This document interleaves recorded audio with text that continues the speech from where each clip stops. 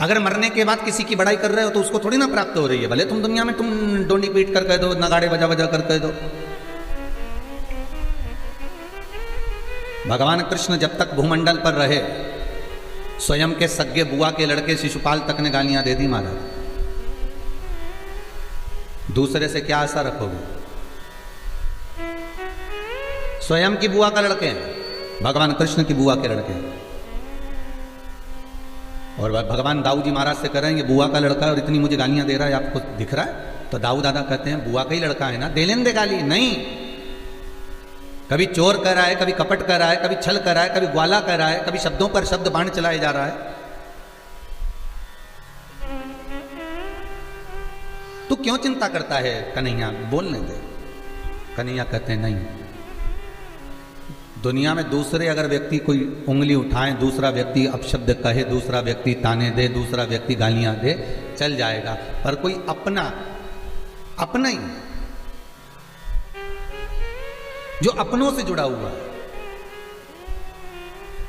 वो अपना ही जब उंगली उठाता है, अपना ही व्यक्ति जब ताने देता है, अपना ही व्यक्ति जब गालियां देता है, अपना ही व्यक्ति जब अपशब्द कहता है तो बड़ा बुरा लगता है।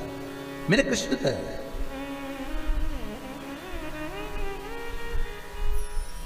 कितना सुंदर लिखा है गर्ग संहिता के अंदर कि मत दो किसी को धन। गर्ग संहिता में लिखा है मत दो किसी को दौलत, मत दो किसी को प्रॉपर्टी, मत दो किसी को वैभव। गर्ग संहिता में लिखा है कि मत दो किसी को वस्त्र, मत दो किसी को आभूषण, मत दो किसी को दौलत, मत दो किसी को धन, मत दो किसी को वैभव। पर गर्ग संहिता कहती है कि आप कुछ मत देना। गर्ग संहिता कहती है पर मीठी वाणी जरूर देना, आप मत दीजिए।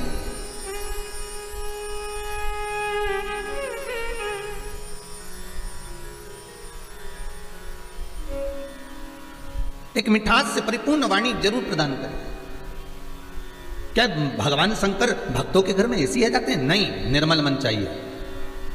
कात्यायनी माता क्या ऐसे ही प्रकट हो गई? और किसको मारने के लिए प्रकट हुई थी? वो महिषासुर को।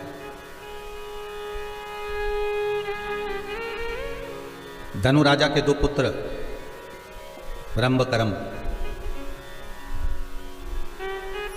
करम्ब चले गया संतान के लिए तप करते करते, पर उनके यहाँ संतान नहीं। रंभ को लगा कि मेरे भाई को मगर ने खा लिया, पानी में बैठकर हम दोनों भाई तप कर रहे थे और मेरे भाई को मगर ने खा लिया, तो क्यों ना अब मैं ये तप बंद कर कर मैं चारों तरफ से अग्नि लगाकर उस अग्नि के मध्य में बैठकर तप करूं। और रंभ उस अग्नि में बैठकर तप करते हैं और भगवान ब्रह्मा प्रकट होकर कहते हैं वर मांगो, तुम्हें चाहिए क्या? तो वो रंभ कहते हैं कि मुझे वर ये दे दीजिए कि मेरे घर में संतान नहीं, औलाद नहीं, बस इतनी कृपा कर दीजिए कि मेरे घर में संतान हो जाए। ब्रह्मा जी ने वर दे दिया, जब तुम तप कर कर उठोगे, उठकर तुम जैसे ही जाओगे और जिसको भी तुम प्रेम से, करुणा से, वात्सल्यता से, स्नेह से जिसको भी देख लोगे, उसी के द्वारा तुम्हारी औलाद हो जाएगी, उसी के द्वारा तुम्हारा बच्चा हो जाएगा। तुम जिसको स्नेह से देख लोगे, जिसको प्रेम से देख लोगे, बस उसी के द्वारा तुम्हारा बच्चा हो जाएगा। अच्छा, एक ये महिषासुर की कथा से एक सीखने को भी मिलता है। क्या कितना सुंदर ब्रह्मा जी ने वर दिया कि तुम किसी को भी प्रेम से देख लोगे, उससे तुम्हारी संतान हो जाएगी, उससे तुम्हारी औलाद हो जाएगी, उससे तुम्हारा बच्चा हो जाएगा। पर अगर समझने वाली बात हो तो कितना सुंदर है कि आप किसी को भी, एक गौ माता है, एक स्वान है, कुत्ता है, एक बिल्ली है, एक चूहा है, एक खरगोश है, हिरण है, किसी को भी, आप जीव को भी एक प्रेम के हाथ से सहला कर देखना। गौ माता को एक बार हाथ रखकर देखना और प्रेम के हाथ से है। एक कुत्ते के बच्चे को भी आप प्रेम से सहला कर देखना, वो आपके पीछे पीछे दुम हिलाकर घूमे। आप गौ माता को सहला कर देखना, गाय भी आपके सामने गले को ऊंचा करेगी कि और मुझे सहलाते जाए। प्रेम अर्थात अगर यहाँ कहा जा रहा है कि आप अगर किसी को प्रेम से देखोगे तो उसी के द्वारा तुम्हारी संतान होगी, उसी के द्वारा तुम्हारी औलाद होगी, उसी के द्वारा तुम्हारा पुत्र होगा। तो शास्त्र यही कहता है कि आप जिसको प्रेम देंगे वो अपना हो जाएगा, आप जिसको स्नेह देंगे वो अपना हो जाएगा, भले विरोधीवासी क्यों ना हो। एक संत गंगा नहाकर आ रहे थे और एक व्यक्ति इनसे बहुत ईर्ष्या करता था क्योंकि इनका नाम बहुत चल रहा था। जब किसी संत, साधु, सन्यासी, तपस्वी, ब्राह्मण, कोई कथाकार, कोई वक्ता, कोई ज्योतिषाचार्य, कोई श्रेष्ठ कर्मकांडी ब्राह्मण, कोई श्रेष्ठ विद्वज्जन, जब उसका खूब नाम चलने लगता है तो कुछ लोग ऐसे होते हैं जो उन पर उंगलियां उठाना प्रारंभ कर देते हैं। बेमतलब की फालतू बातों को ढूंढेंगे और उसको जगत में ले जाकर छोड़ेंगे कि कैसे ना कैसे इसके ऊपर गलत लांछन लगाया जाए। एक संत रोज गंगा नहाकर आते थे। इनका नाम सब दूर चल रहा था कि महाराज रोज गंगा नहाते हैं, गंगा जी का स्नान करते हैं, शिव जी की आराधना करते हैं, भगवान शंकर का गुणगान करते हैं, भगवान शंकर का अनुमोदन करते हैं। इनका नाम बहुत चला। अब इतना नाम चला तो इनसे जो जलने वाला था वो भी रोज मंदिर जाता था, वो भी रोज गुणगान गाता था, वो भी रोज स्मरण करता था, पर उसको कोई नाम नहीं चला, उसका कोई नाम का स्मरण नहीं हुआ, उसको कोई ने पूछा नहीं, उसका कोई स्मरण नहीं हो पाया, उसको लोगों ने ध्यान नहीं दिया, तो उसके मन में ईर्ष्या भरा गई। अब ईर्ष्या भरा गई तो वो पेड़ पर चढ़कर बैठ गया और खूब सारा पान खा के बैठा। अब संत जैसे गंगा नहाकर आए तो इसने ऊपर से थूक दिया संत पर। अब संत पर थूका तो संत बेचारे वापस गंगा नहाने चले गए। ये वापस आए नहा के, फिर इसने थूक दिया, फिर वो गंगा नहाने चले गए, फिर इसने थूक दिया, फिर वो गंगा नहाने चले गए। दूसरा कोई रास्ता नहीं था कि संत वहां से निकल जाए, रास्ता भी वही था, क्योंकि दूसरे रास्ते से स्त्रियां गंगा नहाने आती थी तो संत वहां जाते ही नहीं थे।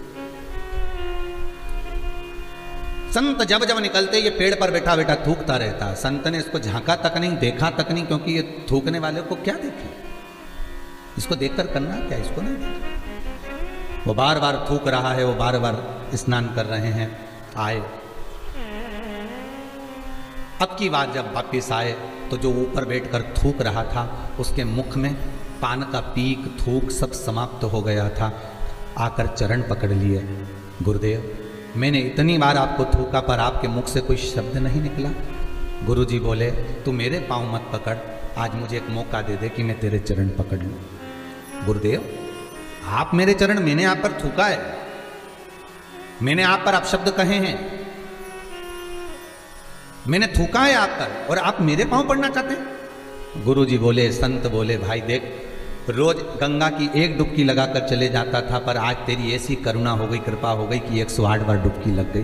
तेरी कृपा हो गई, ये दूसरा कोई नहीं कर सकता। तू थूकता रहा, मैं गंगा नहाता रहा, रोज एक गंगा की डुबकी लगाता था, आज 108 बार डुबकी लग गई, ये तेरी कृपा ही तो है।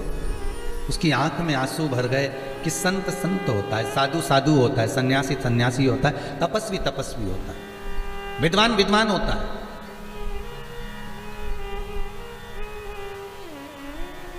दुनिया के लोग कितनी भी उंगली उठाएं, कितने भी ताने दे, कितने भी अपशब्द कहें, आप मौन रहिए, संत जैसा भाव रखिए।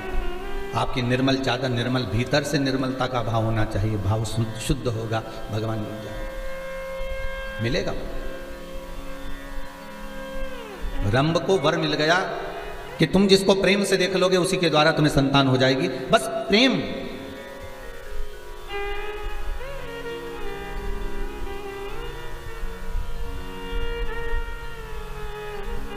बहुत अंतर है महाराज प्रेम और प्यार में, जमीन और आसमान का अंतर है, बहुत ध्यान देना महाराज।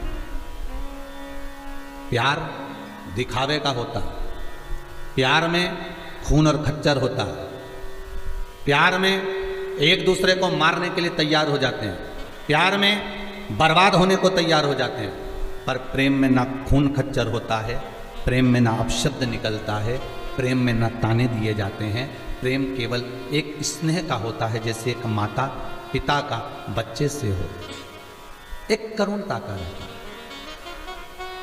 जैसे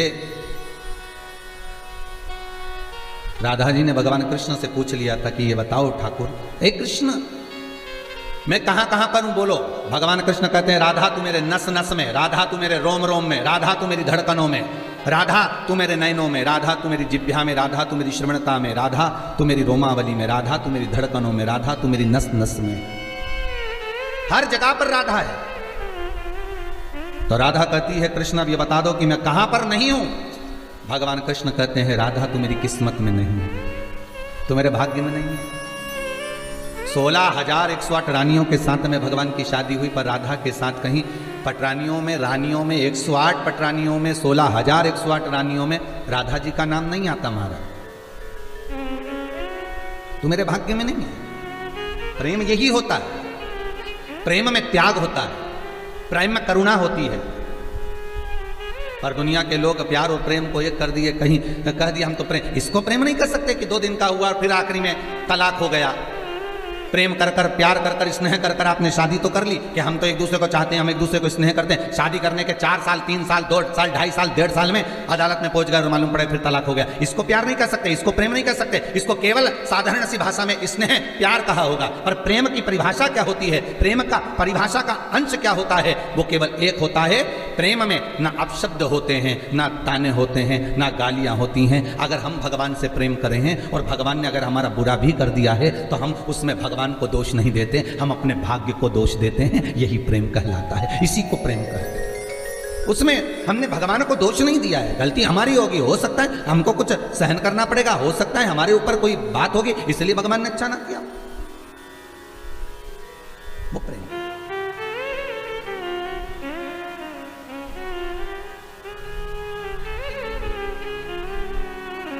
वो प्रेमता है। महाराज रंभ, तुम जिसको प्रेम से देख लोगे उसी के द्वारा संतान हो जाएगी। बस शास्त्र बहुत सुंदर बात कह रहा है, आप पड़ोसी के बच्चों से भी प्रेम कर लोगे ना तो वो जाके तुम्हारे लिए दूध की थैली ला देंगे। बोलो सही है कि गलत है? बच्चों के, पड़ोसी के बच्चों से भी कह दोगे प्रेमवश की बेटा जाओ लिया तो वो ला दे, प्रेम के बल पर। पड़ोसी के बच्चे भी अपने बच्चे बन जाते हैं अगर प्रेम है तो फिर रंभ के लिए ब्रह्मा जी ने कहां गलत कह दिया? रंभ के लिए ब्रह्मा कहां गलत कह रहे हैं कि तुम जिसे प्रेम से देखोगे वो तुम्हारी संतान हो जाएगी।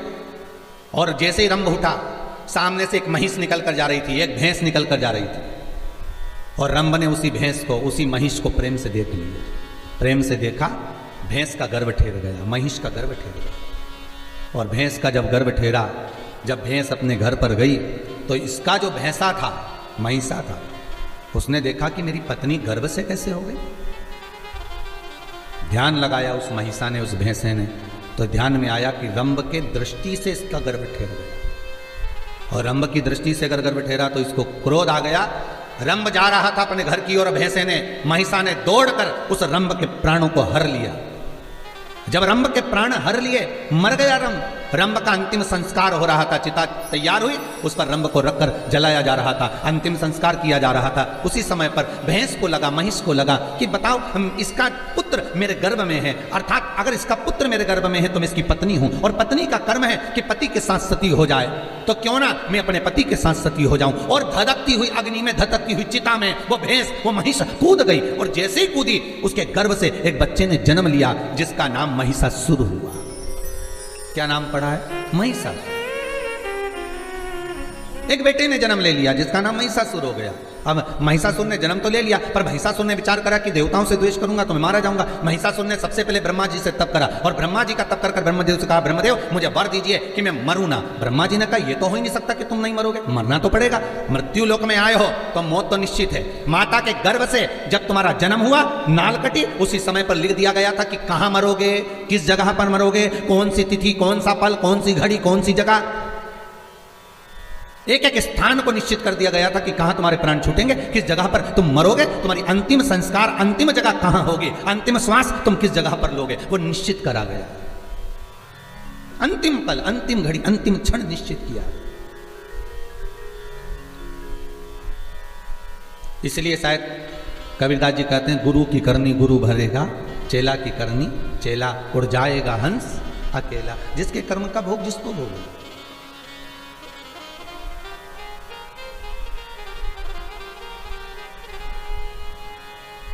अपने कर्म का भोग अपने को भोग, कोई दूसरा नहीं भोग।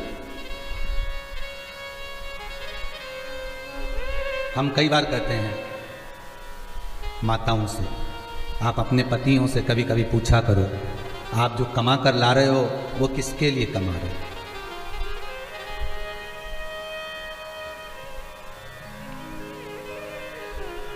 कभी कभी पूछ लिया करो, कुछ बिगड़ेगा नहीं। और पति बोले कि तुम्हारे लिए कमा रहे हैं, बच्चों के लिए कमा रहे हैं, तो पत्नी का फर्ज है कि पति से कह दे कि कमाओ, मना नहीं है, पर थोड़ा थोड़ा सत्कर्म भी करते जाओ। अभी इतनी भयंकर कोरोना महामारी चल रही है, कहीं बन सके तो थोड़ा पुण्य अपन भी कर लें, थोड़ा सत्कर्म कर लें, थोड़ा धर्म कर लें। वावारी दुनिया मतलब की दुनिया में किसी का कोई नहीं। सुख के साथी हजारों हैं, जब दुख पड़ा तब कोई नहीं। जब दुख की घड़ी आती है, सबसे पहले जो अपने होते हैं ना, वो छोड़कर भाग जाते हैं। अरे दूसरी जगह भी जान दो, तुम तो यहीं से सीख लो। जब गाड़ी का एक्सीडेंट होता है ना, तो सबसे पहले कौन भागता है? बोलो जम के बोलो जरा, अरे जम के तो बोलो। कौन भागेगा? ड्राइवर, जो गाड़ी चला रहा था, पूरी गाड़ी का टार में जिसके ऊपर था, जो गाड़ी को साथ कर चल रहा था। तुम दूसरी जगह तो जाओ बाद में, पहले यहीं देख लो अपन जिस गाड़ी में सफर कर रहे हैं। अगर भागेगा तो सबसे पहले ड्राइवर भागेगा।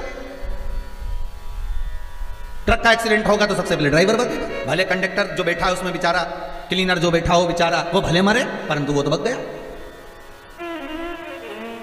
उसी तरह जब दुख की घड़ी रहती है, सुख की घड़ी में तो आपके दूसरे भी अपने हो जाते हैं। आप उनके पहचानते हो? हमारे काका जी का, बुआ का लड़के का लड़का उन्हीं के यहाँ भी आया है। अगर पैसे वाला होगा तो ऐसे परिचय निकाला जाएगा।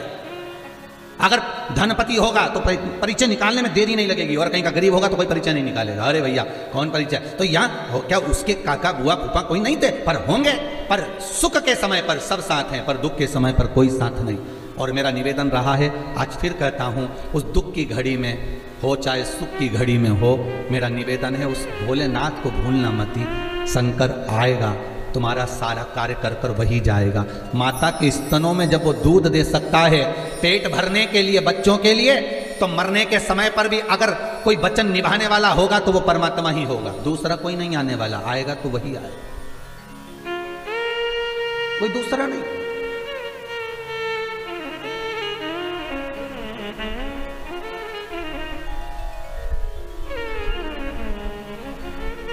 हम उसको साध लें।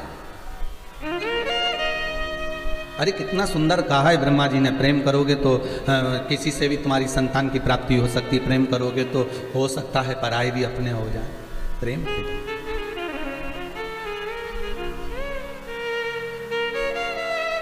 हो सकता है, प्रेम के बल पर। और जब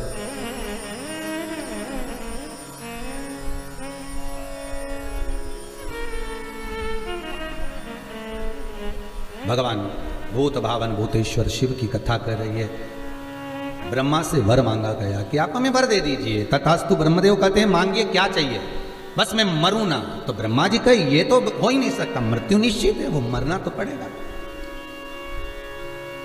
मृत्यु निश्चित है, पर भय खाकर मत मरना।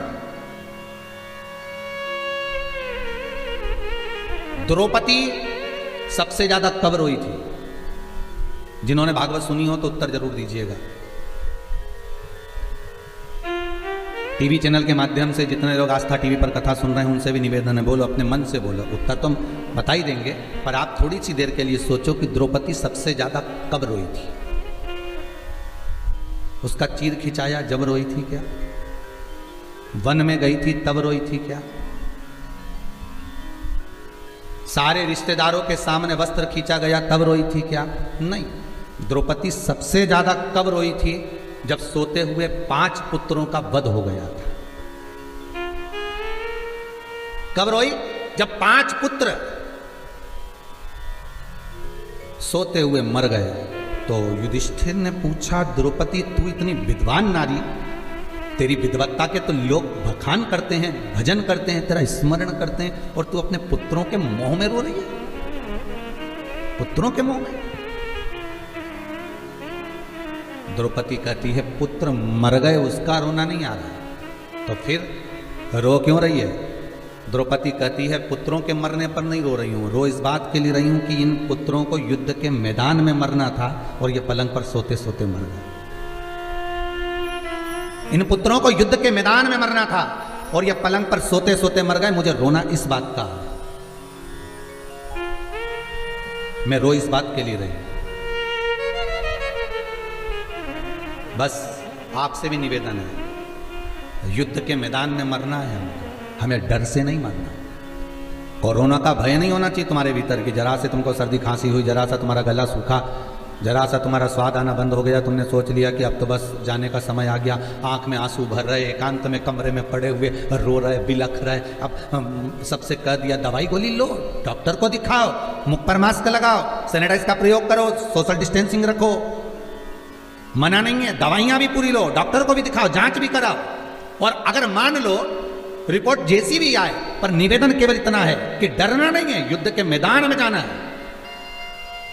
और हो सकता है कि उस युद्ध के मैदान में, और कांप कर नहीं, डर कर नहीं,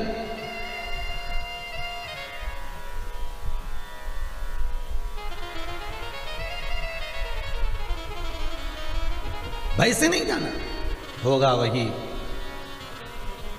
जो मंजूर है भोले होगा, जो मेरे शंकर के हाथ में होगा वही होगा। आप कितना, बस आप तो ये भाव रखो कि भगवान शिव आपके सम्मुख में आ जाए और शंकर का मैं गुणगान कर लूं, शंकर का मैं स्मरण कर लूं, और कुछ नहीं।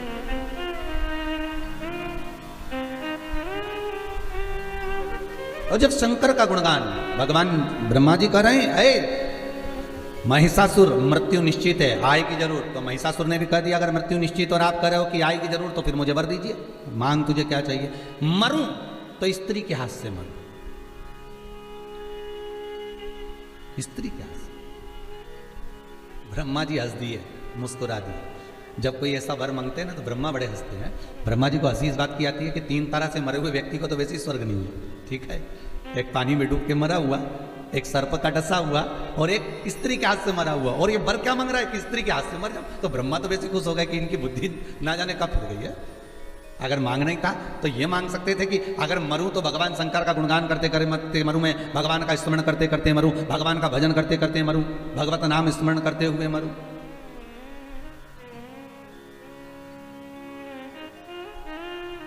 अरे कई लोग कहते हैं महाराज जी हम बड़े परेशान हो गए, संसार से हम तो ऊब गए महाराज, अब तो हमने सोच लिया कि हम तो मर जाएंगे।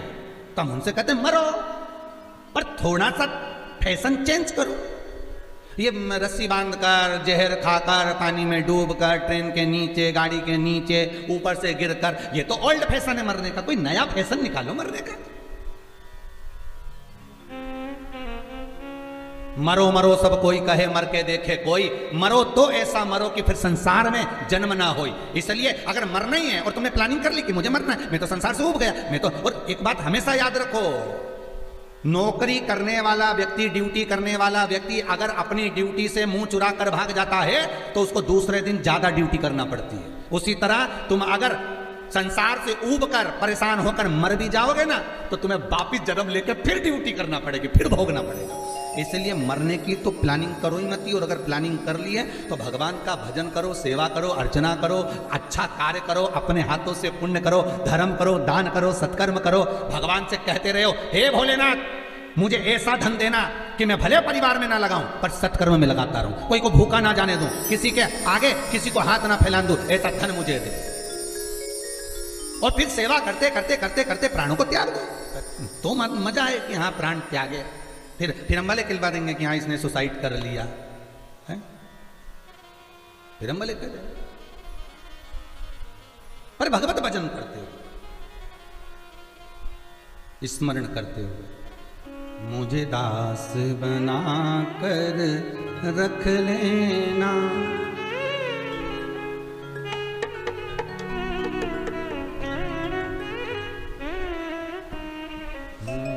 मुझे दास बना कर रख लेना, भोलेनाथ तुम अपने चरणों।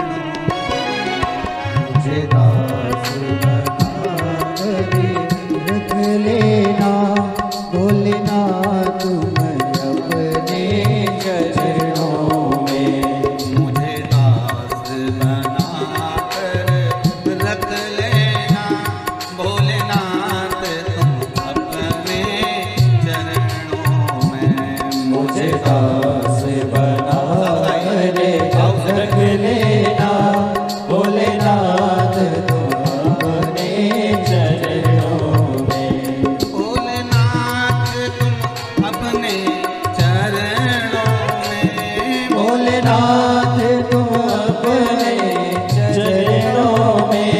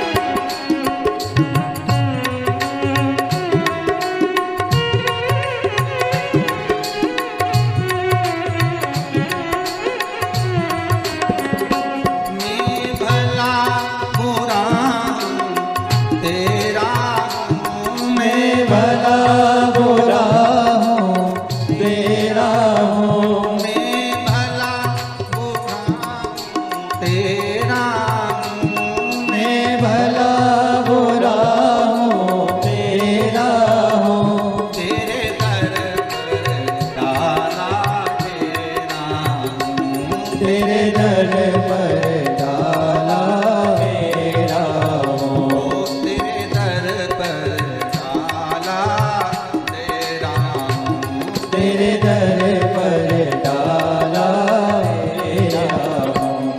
मुझे जाकर जान के रख लेना, मुझे जाकर जान के रख लेना, भोलेनाथ तुम अपने मुझे जाकर जान के रख लेना, भोलेनाथ तुम अपने चरणों में। मुझे दास बनाकर रख लेना, भोलेनाथ तुम अपने चरणों में। मुझे दास बना कर रख लेना, भोलेनाथ तुम अपने चरणों में।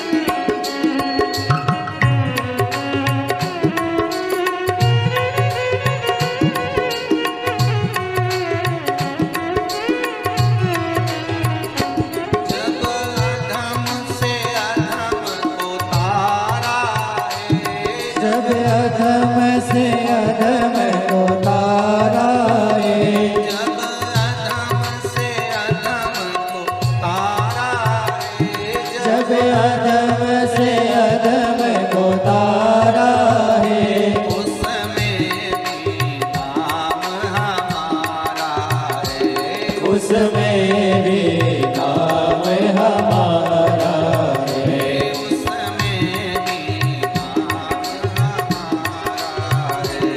उसमें भी नाम हमारा है।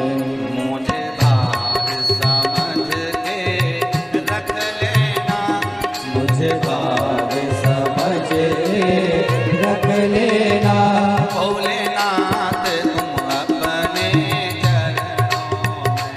मुझे भाग समझ के रख लेना, भोलेनाथ तुम अपने चरणों में।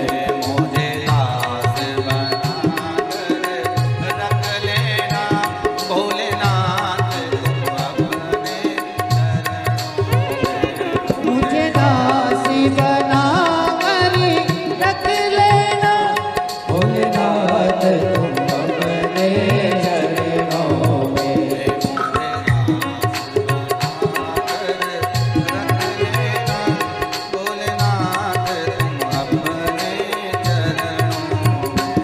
मुझे दास बना कर रख लेना, भोलेनाथ तुम अपने चरणों में। शंभुनाथ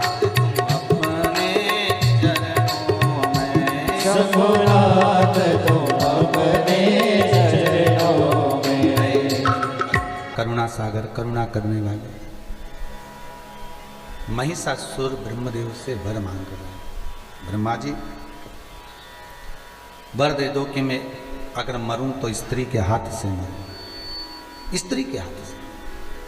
तथास्तु कह दिया।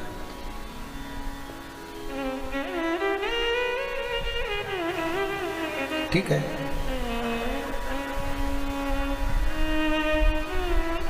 पर तुम मांग रहे हो मरने का कि स्त्री के हाथ से मर जाऊं, पर समझ नहीं पा रहे हो। ब्रह्मा जी बोले हमको वर देना, हम तो दे दिया, कोई दिक्कत वाली बात नहीं, हमें देने में कोई दिक्कत नहीं है, हम तो वर दे देंगे, आशीर्वाद भी दे देंगे कि हाँ तथास्तु, और तुम्हें मिल भी जाएगा। होता है